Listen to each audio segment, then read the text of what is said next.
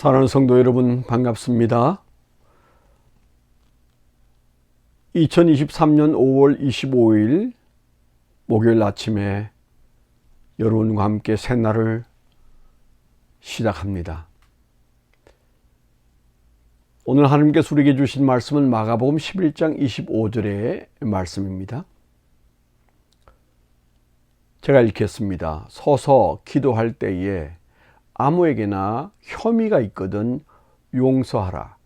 그리하여야 하늘에 계신 너희 아버지께서도 너희 허물을 사하여 주시리라 하시니라.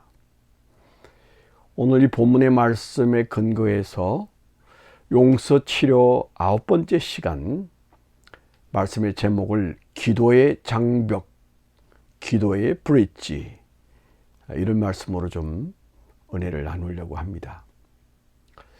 여러분, 무화과 과일을 드셔보셨지요? 한국에서는 별로 인기가 없습니다. 그러나 이스라엘 무화과는 특별하지요. 이스라엘의 무화과 열매는 제철에 먹으면 아주 맛있고 크기도 우리나라 무화과보다 큽니다. 말린 무화과는 당도가 높아서 별미이기도 합니다. 우리는 어쩌다 남쪽에서나 볼 수 있는 과일이지만 이스라엘은 시장할 때 한 개만 먹어도 시장기가 사라지는 달고 영양가 넘치는 과일입니다.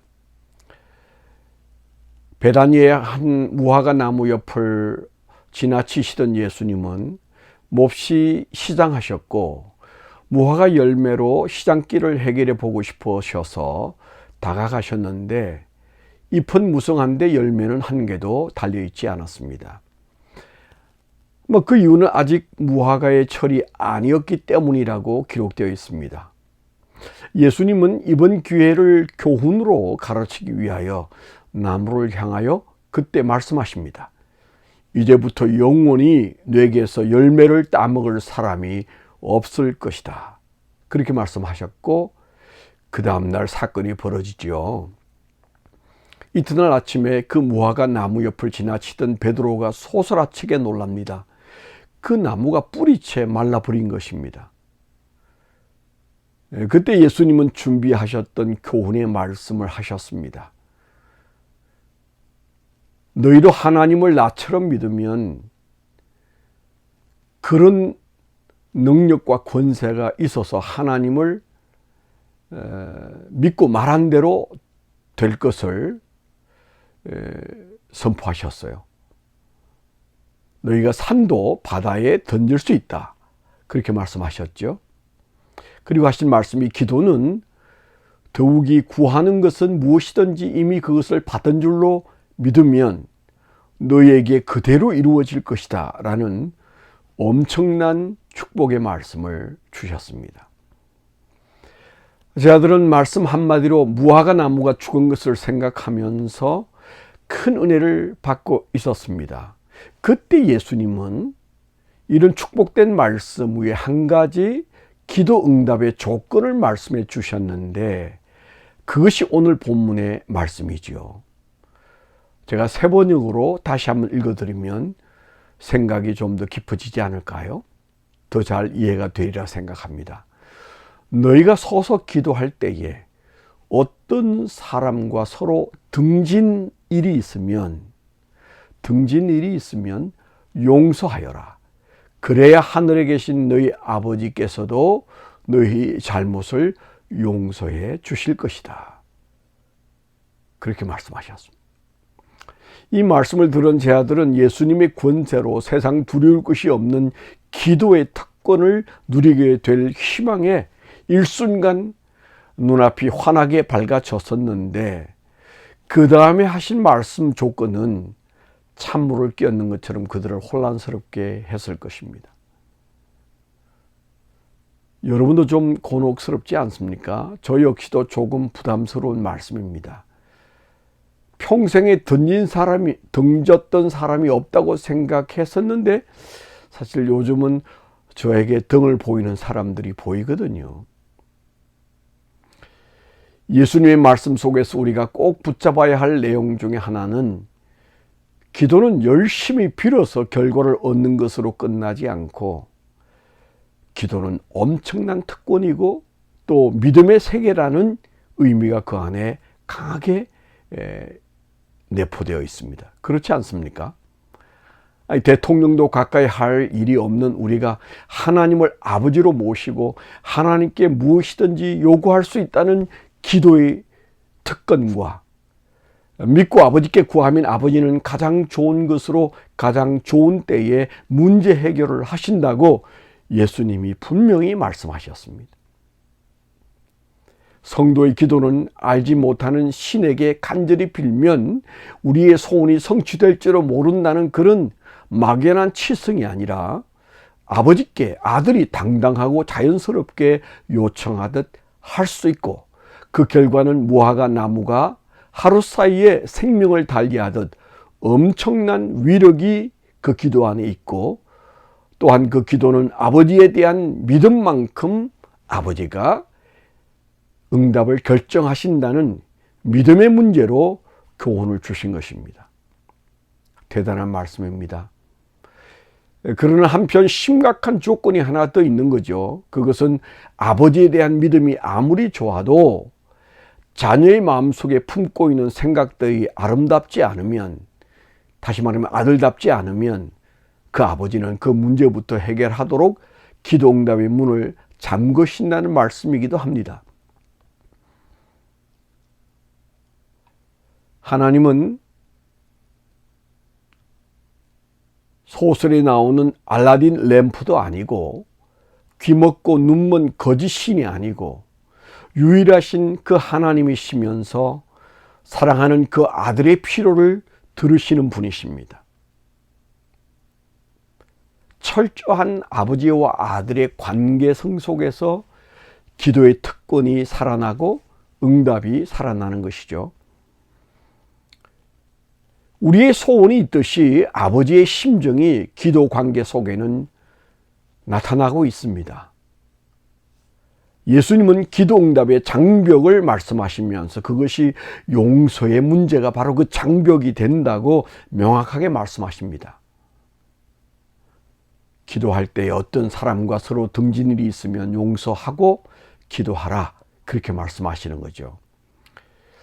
우리의 기도가 어디에서 장벽을 만났었는지 짐작이 가는 대목이 보이지 않습니까? 예수님은 아버지 앞에 나타나는 그 자녀들이 등진 인간관계로 살아가기를 원하지 않습니다. 무조건 내 자식의 편이 되는 철없는 부모와 다릅니다. 하나님은 용서를 모르는 자녀가 구하는 대로 퍼주는 막무가내 내 편 아버지는 아니십니다. 분명히 내 편이시지만 하나님은 하나님답기를 원하십니다. 왠가하면 우리가 그 하나님의 자녀이기 때문에요. 좋은 것을 주시고자 할 때는 더욱 그렇습니다. 분명 기도의 장벽이 용서의 문제임을 말씀하신 예수님 앞에서 우리는 이 문제를 뒤에 감추고 우리의 소원을 아뢰는 것은 허무한 기도가 되고 말 것입니다. 용서하지 못하는 자녀의 마음이 아버지의 마음문을 닫게 한다면 아버지의 마음을 활짝 여는 인간관계는 뭘까요? 그것은 원수를 축복하고 등진자를 위해 복을 비는 기도의 모습일 것입니다. 저는 오늘 복을 비는 기도를 기도의 브릿지라고 말하고 싶습니다. 기도의 장벽이 용서하지 못하는 마음이라면 그것을 단숨에 뛰어넘는 기도가 있습니다. 축복 기도입니다. 그것을 우리는 기도의 다리 혹은 중보하는 아름다운 자녀의 기도의 품격, 그렇게 보시면 어떨까요? 자녀의 아름다운 품격을 하나님께 보여드릴 수 있는 기도가 용서하지 못하여 전전긍긍하는 마음에서 그를 위하여 축복 기도하는 것일 것입니다. 베드로 사도가 베드로전서 3장 9절에서 이렇게 말합니다. 악을 악으로 욕을 욕으로 갚지 말고 도리어 복을 빌라. 이를 위하여 너희가 부르심을 받았으니. 이를 위하여 너희가 부르심을 받았으니. 이는 복을 이어받게 하려 하심이라. 그렇게 말했습니다. 바울 사도 역시 로마서 12장 14절에서 말씀하십니다. 너희를 박해하는 자를 축복하라. 축복하고 저주하지 말라. 박해하는 자를 축복하라고 했습니다. 솔직히 불편한 인간관계를 바로잡고 진실로 원수진 사람을 용서하는 감정은 그렇게 쉽게 따라오지 않습니다. 그러나 한 단계를 점프해서 감정을 밀어둔 채 기도로 그 상대를 위하여 복을 빌어보십시오. 사통팔달 브릿지가 되어 모든 관계를 열고 하늘복을 배달하는 통로가 될 줄 믿습니다.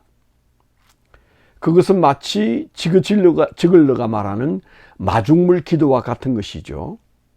제가 좋아했던 지글러 선생은 이런 말을 했습니다. 고장난 듯 버려져 있는 펌프에 다가가 한 바가지에 물만 붓고 저으면 생수가 끝없이 올라오는 신기한 현상을 말하고 있습니다. 한 바가지의 물처럼 엎드려 복을 비는 기도가 축복의 마중물이 됩니다. 그 생수를 경험한 지글러는 누가복음 6장 38절을 붙잡았다고 말합니다. 주라 그리하면 너희에게 줄 것이요 곧 후이되어 누르고 흔들어 넘치도록 하여 너희에게 안겨주리라. 너희가 헤아리는 그 헤아림으로 너희도 헤아림을 도로 받을 것이니라. 얼마나 놀랍고 축복된 말씀입니까? 기도의 장벽 앞에 서 있지 말고 기도의 브릿지를 건설하는 그런 하나님의 자녀가 되라고 오늘 이 말씀을 우리에게 주십니다. 기도의 브릿지를 건설하는 복된 하루가 되시기를 축원합니다. 기도하겠습니다. 하나님 아버지, 우리는 기도를 가로막는 그 장벽 앞에서 수없는 날들을 힘들어하고 좌절하고 하늘로부터 오는 복을 가로막는 이 문제 앞에서 우리는 지혜롭지 못하였습니다. 이제 기도의 장벽을 걷어치우고 한 발 더 나아가 용서를 넘어 내가 용서해야 할 그 사람을 위하여 엎드려 복을 비는 축복 기도자로